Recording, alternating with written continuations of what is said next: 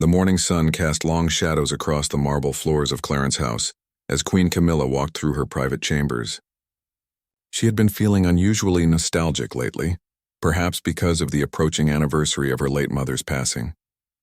In her hands, she carried a small wooden jewelry box that had belonged to her grandmother, its worn edges telling stories of decades gone by.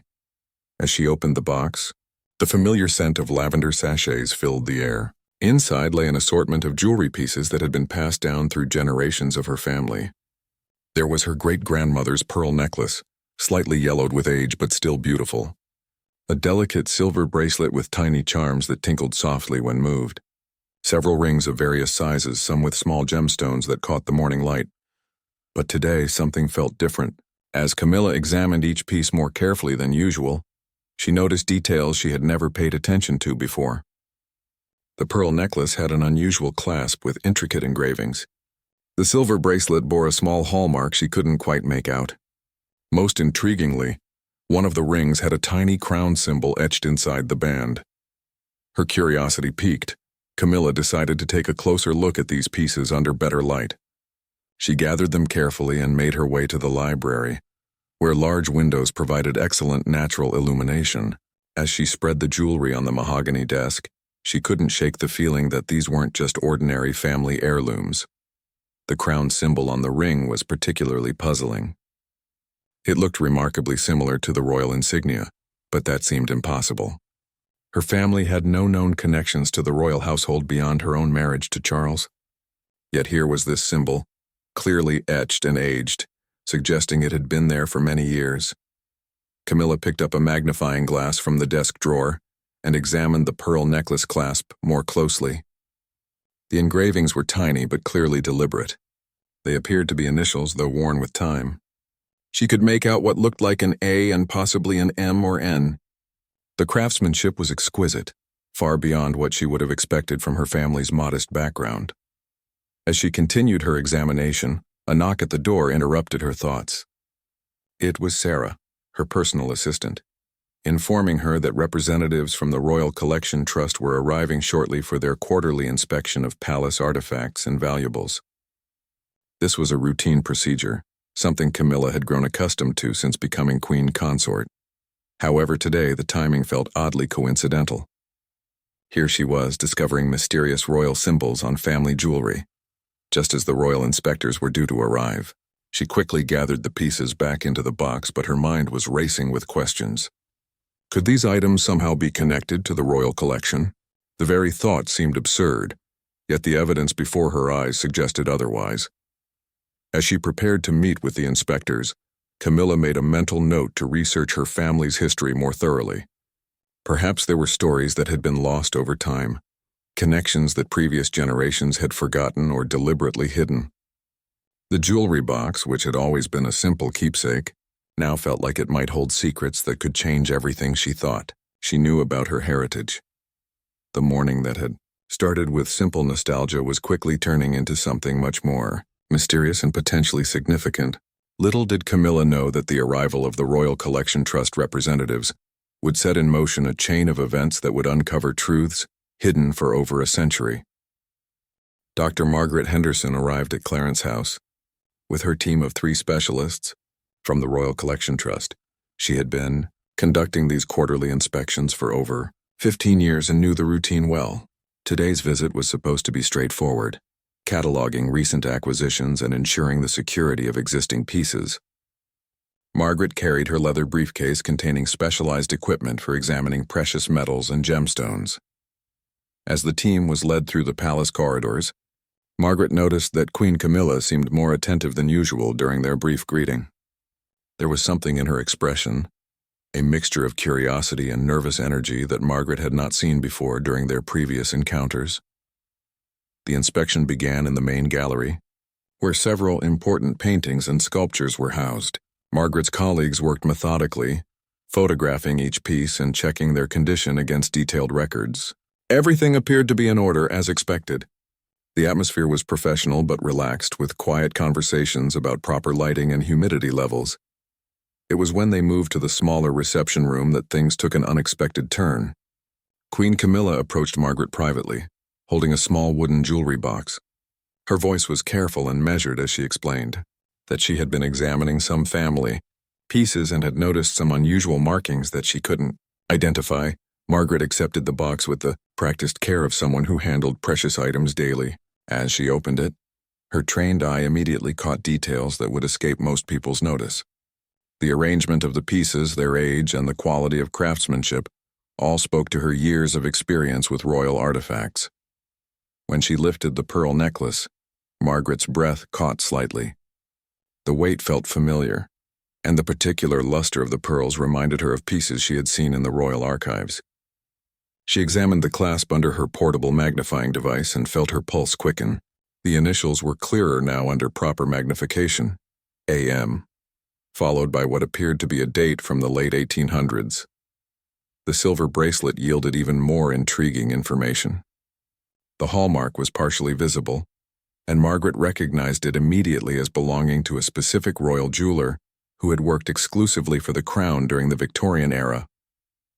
This was not the type of piece that would normally find its way into private collections through conventional means, but it was the ring with the crown symbol that truly alarmed Margaret. She had seen this exact design before, in photographs of pieces that had been reported missing from the royal collection decades ago. Her mind raced through the possibilities: theft, loss, or perhaps something more complex that involved legitimate transfer under circumstances that had been forgotten over time. Margaret excused herself momentarily and stepped into the hallway, where she made a discreet phone call to her supervisor at the Royal Collection Trust headquarters.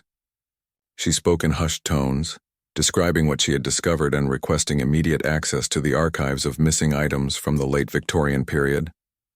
When she returned to Queen Camilla, Margaret's demeanor had shifted subtly. She was still professional and courteous, but there was an underlying tension that hadn't been there before. She explained that the pieces warranted further examination, and that she would need to document them thoroughly as part of the inspection process. Queen Camilla agreed, though Margaret could see the worry beginning to form in her eyes. What had started as innocent curiosity about family heirlooms was rapidly becoming something much more serious. Margaret began the careful process of photographing each piece from multiple angles, measuring dimensions and documenting every visible marking.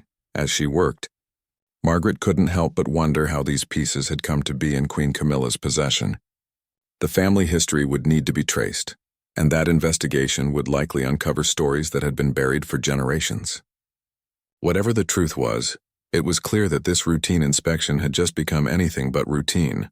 Within hours of Dr. Henderson's phone call, the Royal Collection Trust headquarters was buzzing with activity. Archives that hadn't been opened in years were being carefully examined by a team of historians and curators. The computerized database showed several items listed as missing or unaccounted for from the late Victorian period, but the detailed descriptions and photographs told a more compelling story. Professor James Whitmore, the Trust's chief historian, had been called in specifically for this investigation.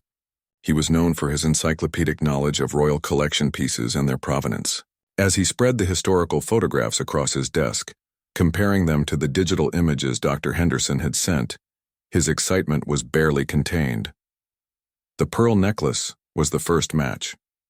According to the records, it had belonged to Princess Alexandra of Denmark, who later became Queen Alexandra when she married King Edward VII.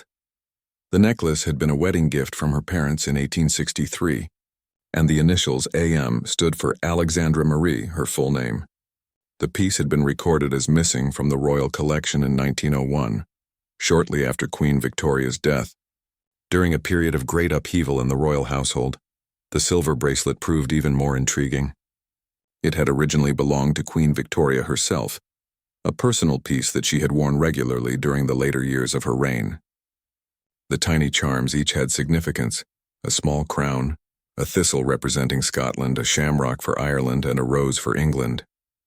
This bracelet had disappeared around the same time as the necklace, leading Professor Whitmore to suspect that the items had been taken together, possibly by the same person, but it was the ring that provided the most shocking discovery. The crown symbol wasn't just similar to the royal insignia, it was identical because it had been created specifically for a member of the royal family. According to the detailed records, this ring had belonged to Prince Albert Victor, eldest son of the future King Edward VII. The prince had died unexpectedly in 1892, and many of his personal effects had been distributed among household staff as remembrances. Professor Whitmore's research revealed that during the Victorian era, it was not uncommon for loyal servants to receive valuable gifts from the royal family, especially during times of personal loss or significant life changes. However, these gifts were usually documented, and the current situation suggested that proper records had not been kept or had been lost over time. The investigation took on new urgency when Professor Whitmore discovered a series of letters in the archives from 1901. They were written by various royal household staff members, expressing concern about the whereabouts of several valuable items that had gone missing during the transition period following Queen Victoria's death. The letters mentioned a lady's maid named Charlotte Shand, who had served Princess Alexandra faithfully for over 20 years. The surname Shand immediately caught Professor Whitmore's attention. This was Queen Camilla's maiden name. Could there be a family connection that had been lost to history? The professor began tracing genealogical records, looking for any Charlotte Shand who might have worked in the royal household during the relevant time period. Meanwhile, Dr. Henderson was making her own discoveries back at Clarence House. She had requested permission to examine the jewelry box itself more closely, and what she found was remarkable. Hidden in a secret compartment in the bottom of the box was a folded piece of paper, yellowed with age and brittle to the touch. The paper appeared to be a letter, written in the careful handwriting typical of the Victorian era. The ink had faded significantly, making it difficult to read, but certain words were still visible. Dr. Henderson could make out grateful service, remembrance, and what appeared to be a royal signature, though it was too faded to identify with certainty. This discovery added a new dimension to the mystery. If the letter was authentic, it might provide the missing link that would explain how these royal pieces had come to be in the Shand family's possession. It could transform what appeared to be a case of missing royal property into a story of legitimate gifts given in appreciation for loyal service. Dr. Henderson carefully photographed the letter and immediately sent the images to Professor Whitmore.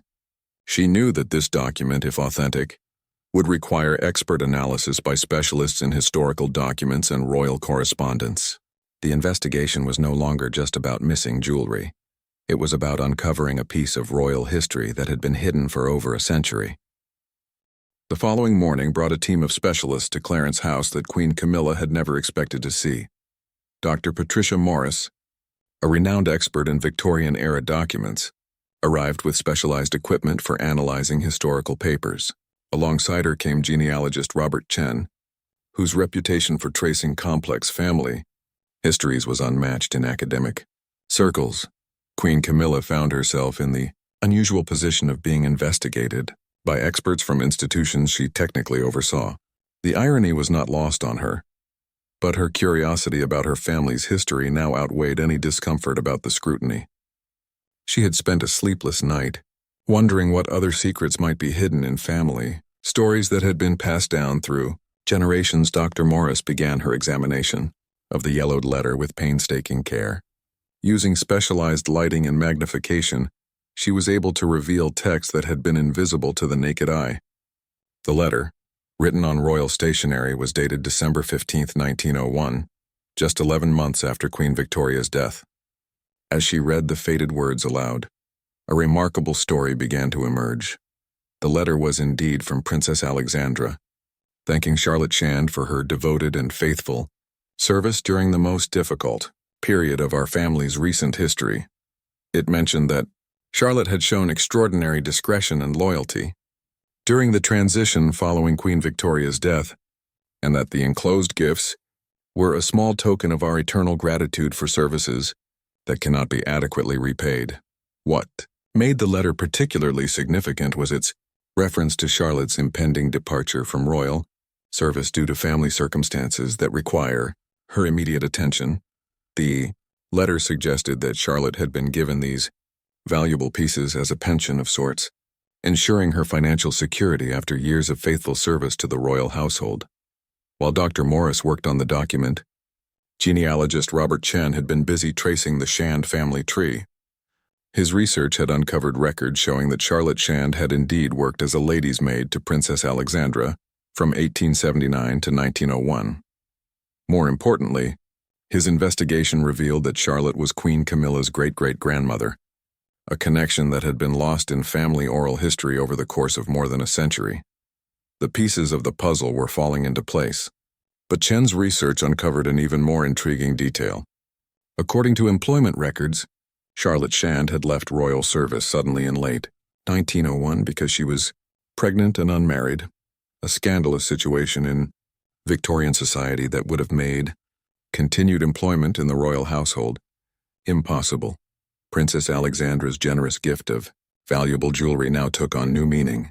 It wasn't just a token of appreciation for good service. It was a lifeline for a young woman facing social disgrace and economic hardship. The jewelry would have provided Charlotte with the means to support herself and her child during a time when few options existed for women in her situation. Chen's genealogical research revealed that Charlotte had used the proceeds from selling some of the smaller pieces to establish a modest boarding house in Brighton, where she raised her son and eventually married a local shopkeeper named William Parker.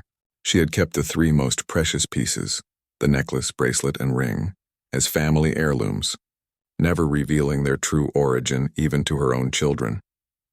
The story became even more poignant when Chen discovered Charlotte's will, filed in Brighton in 1953. In it, she left the jewelry box and its contents to her granddaughter, with specific instructions that the pieces should remain in the family always, as they represent the kindness of good people during dark times. She had taken the secret of their royal origin to her grave. Dr. Morris's analysis of the letter's paper, ink and handwriting confirmed its authenticity beyond doubt. The royal watermark was genuine. The ink composition matched samples from other authenticated Princess Alexandra correspondence, and the handwriting was consistent with the princess's known style during that period. Queen Camilla listened to these revelations with a mixture of amazement and emotion. The jewelry pieces that she had treasured as family keepsakes were indeed royal heirlooms, but they had come into her family's possession through an act of royal compassion rather than theft or loss. Her great-great-grandmother had been not just a servant, but someone trusted enough by Princess Alexandra to receive such valuable and personal gifts during a time of crisis. The investigation had uncovered a beautiful story of human kindness that had been hidden for over a century, but it also raised new questions about what should happen to the pieces now that their true origin and legitimate provenance had been established. The legal and ethical implications of the discovery were complex, and decisions would need to be made about the future of these precious royal artifacts. News of the discovery had reached the highest levels of the Royal Collection Trust, and an emergency meeting was called for the following day. Queen Camilla found herself in the unprecedented situation of potentially having royal property confiscated from her own possession. The legal department was struggling with a case that had no modern precedent. What happens when legitimately gifted royal jewelry resurfaces more than a century later? Sir David Thompson, director of the Royal Collection Trust, arrived at Clarence House with a team of lawyers and historians. The meeting took place in the same library where Queen Camilla had first examined the jewelry under the magnifying glass just days earlier. The formal atmosphere was uncomfortable for everyone involved, as they were essentially investigating the Queen Consort herself. Sir David began by acknowledging the complexity of the situation. While the jewelry had clearly belonged to the royal collection originally, the authentication of Princess Alexandra's letter appeared to establish legitimate ownership transfer. However, the trust's legal advisors argued that royal gifts of such significant value should have been formally recorded in official documents, and the absence of such records created legal ambiguity. The lawyers explained that according to current royal protocols, gifts of this magnitude would require formal approval and documentation. They questioned whether Princess Alexandra had the authority to give away crown property without proper authorization, even if her intentions were charitable. The legal team suggested that the pieces should be returned to the royal collection while the matter was thoroughly investigated. Queen Camilla listened quietly as the discussion continued around her. She understood the legal complexities, but she also felt a deep emotional connection to the pieces that went beyond their monetary value. They represented a story of compassion and courage, both her great-great-grandmother's situation and Princess Alexandra's kindness in helping her. The thought of losing this tangible connection to her family's hidden history was deeply troubling. Professor Whitmore, who had remained largely silent during the legal discussions, finally spoke up. His research had uncovered additional evidence that might change the situation entirely. He had found records showing that Princess Alexandra had indeed obtained proper authorization for her gifts to departing household staff. A series of memos between Princess Alexandra and King Edward VII's private secretary documented a formal system for providing departing servants with valuable gifts as pensions. The newly discovered documentation showed that Charlotte Shand's case had been specifically discussed at the highest levels of the royal household. The unusual circumstances of her departure, pregnancy out of wedlock, had generated special consideration from Princess Alexandra, who had personally requested permission to provide Charlotte with items of sufficient value to ensure her long-term financial security. Most significantly, Professor Whitmore had found a copy of an official memorandum dated December 10, 1901, signed by King Edward VII himself, authorizing the transfer of specific items to Charlotte Shand in recognition of faithful service and in consideration of her current circumstances. The memo specifically listed the pearl necklace, silver bracelet, and ring that were now in Queen Camilla's possession. This discovery changed everything. The gifts had not only been legitimate, but had received the highest level of royal approval. The legal team's concerns about unauthorized transfer of crown property were effectively answered by the king's own signature on the authorization document. However, a new issue emerged during the discussion. Dr. Henderson pointed out that while the original gifts had been legitimate, the pieces had technically never left royal ownership. They had simply been transferred from one part of the royal family to another through marriage. Queen Camilla's possession of them as part of her family inheritance was legally solid, but it created an interesting philosophical question about whether they belonged to her personally or to the crown. Sir David suggested a solution that would honor both the historical significance of the pieces and their personal meaning to Queen Camilla. He proposed that the jewelry be formally recognized as part of the royal collection, but remain in Queen Camilla's personal custody during her lifetime. After her death, they would be returned to the main royal collection where they could be properly displayed and their remarkable story could be shared with the public. The proposal satisfied the legal requirements while respecting the emotional and historical significance of the pieces to Queen Camilla. It also ensured that the story of Charlotte Shand and Princess Alexandra's compassion would become part of the official royal historical record rather than remaining a family secret. Queen Camilla agreed to the arrangement, understanding that it represented the best possible outcome for all parties involved. The pieces would remain in her possession, but their true history would finally be acknowledged and preserved for future generations.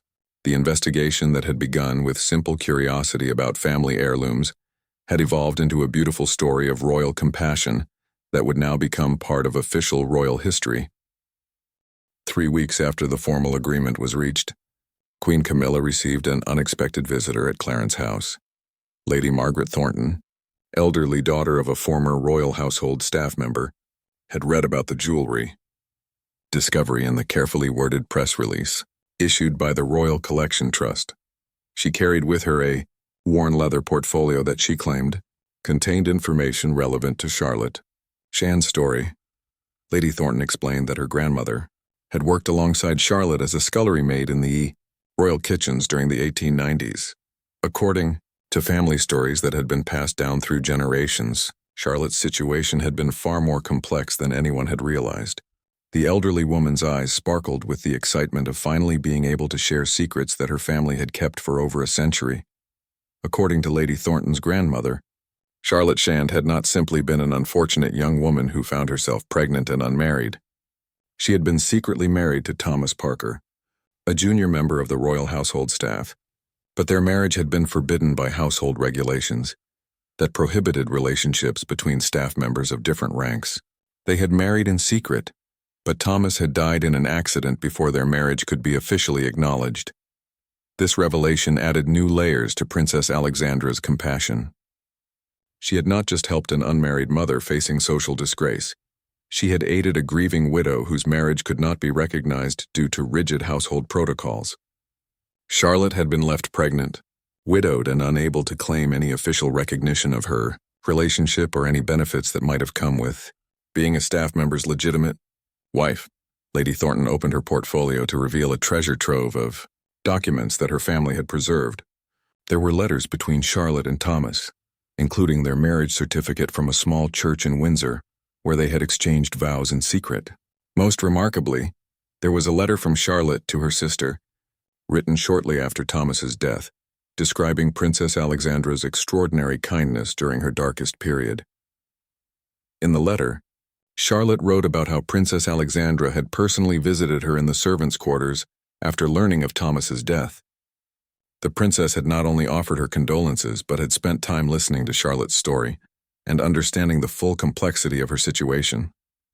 It was during this conversation that Princess Alexandra had decided to help Charlotte in a way that would provide long-term security rather than just temporary assistance. The documents revealed that Princess Alexandra had gone beyond simply giving Charlotte valuable jewelry. She had also helped arrange for Charlotte to purchase the boarding house in Brighton by providing an introduction to a bank manager who would extend favorable lending terms. The princess had essentially helped Charlotte establish a new life away from the scandal and gossip that would have followed her in London. Lady Thornton also brought photographs that her grandmother had taken with a small camera that was advanced for its time. The images showed Charlotte Shand during her final months of royal service, including one remarkable photograph of her wearing the pearl necklace during a staff Christmas celebration in 1900. The photograph provided visual proof of Charlotte's connection to the jewelry and showed her as a real person rather than just a name in historical documents. Perhaps most touching was a photograph of Charlotte with her infant son, Queen Camilla's great-great-grandfather, taken outside the Brighton boarding house in 1902.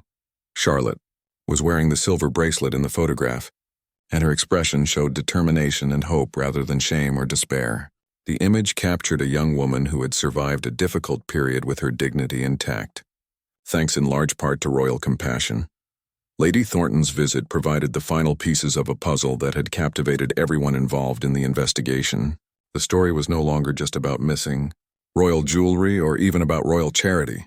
It was about human connection across social boundaries and the lasting impact of kindness during times of crisis. Dr. Henderson, who was present during Lady Thornton's visit, was amazed by how much the additional information enhanced their understanding of the historical period. The documents and photographs would become valuable additions to the royal archives, providing future historians with insights into the daily lives of royal household staff and the personal relationships that sometimes developed between royalty and their servants. Queen Camilla found herself deeply moved by this fuller picture of her great-great-grandmother's life. Charlotte Shand had not been a victim of circumstances, but a survivor who had rebuilt her life with grace and determination. The jewelry pieces she had treasured as family heirlooms represented not just royal generosity but also female resilience and the power of compassion to transform lives. The meeting with Lady Thornton also revealed that Charlotte's story was part of a larger pattern of Princess Alexandra's charitable work. The princess had quietly helped numerous staff members over the years, often in ways that were never officially recorded. This discovery suggested that there might be other stories of royal compassion waiting to be uncovered in family attics and old portfolios across Britain. 6 months later, Queen Camilla stood in the newly opened exhibition at Windsor Castle titled Hidden Stories Royal Compassion Through the Centuries. The centerpiece of the exhibition was a glass case containing the pearl necklace, silver bracelet, and ring that had started this extraordinary journey of discovery. Beside them were displayed the authenticated letter from Princess Alexandra, the marriage certificate of Charlotte and Thomas, and the photographs that Lady Thornton had shared. The exhibition had become one of the most popular displays in Windsor Castle's history. Visitors were captivated by the human story behind the precious objects, and many commented on how the display made royal history feel more personal and relatable. The story had touched people's hearts because it showed royalty not as distant figures but as individuals capable of genuine compassion and understanding. Queen Camilla had worked closely with the Royal Collection Trust to ensure that Charlotte's story was told with dignity and accuracy. The exhibition text carefully explained the social context of the Victorian era, helping visitors understand why Charlotte's situation had been so precarious and why Princess Alexandra's intervention had been so significant. The display honored both women, one royal, one commoner, who had shown courage in difficult circumstances. The discovery had also prompted the Royal Collection Trust to launch a broader investigation into other potentially lost royal items. They had established a confidential process for people to report family heirlooms that might have royal connections. Already several interesting cases had emerged, including a set of royal china that had been given to a cook who had served Queen Victoria for 30 years, and a small silver clock that had been a gift from King George V to his longtime valet. Professor Whitmore had been promoted to head a new department focused on recovering and documenting the history of royal gifts to household staff. His research had revealed that the practice of giving valuable items to departing servants had been much more common than previously understood, but the records had often been incomplete or lost over time. The Charlotte Shand case had provided a template for investigating similar situations. With proper historical rigor, Dr. Henderson had written a scholarly paper about the case that had been published in the Journal of Royal Historical Studies. Her work had earned recognition from historical societies across Europe, and she had been invited to speak at conferences about the importance of provenance research in understanding royal collections. The case had demonstrated how family stories and historical artifacts could combine to reveal important aspects of social history. For Queen Camilla personally, the experience had been transformative. She had gained not only a deeper understanding of her own family history, but also a greater appreciation for the complex relationships between royalty and the people who served them. The jewelry pieces had taken on new meaning. They were no longer just beautiful objects, but symbols of human connection across social boundaries. The story had also strengthened her relationship with the royal collection, trust in the broader community of historians and curators who work to preserve royal heritage. She had developed a genuine interest in supporting their work and had become an advocate for the importance of preserving and sharing royal history with the public. Charlotte Shand's boarding house in Brighton had been located and marked with a small plaque commemorating her story. Local historians had discovered that Charlotte had become a respected member of the Brighton community, known for her kindness to other women facing difficult circumstances. The boarding house had served as an unofficial refuge for young women in trouble, continuing Princess Alexandra's legacy of compassion in a different form. As Queen Camilla looked at the exhibition case containing her family's treasures, she reflected on how a moment of simple curiosity had led to such an extraordinary discovery. The morning when she had first noticed the crown symbol on the ring seemed like a lifetime ago. Yet it had been less than a year since the investigation began. The jewelry would remain on display for the public to see and appreciate, but Queen Camilla knew that their most important role was as a bridge between past and present. They told a story about the power of kindness to transcend social boundaries and the importance of preserving family histories, even when those stories seem impossible to believe. The final label in the exhibition case read simply, "These items remind us that behind every historical artifact lies a human story waiting to be discovered." The generosity of Princess Alexandra and the courage of Charlotte Shand continue to inspire us more than a century later. Queen Camilla smiled as she read these words, knowing that Charlotte's secret had finally been shared with the world in a way that honored both her memory and the royal compassion that had changed her life forever.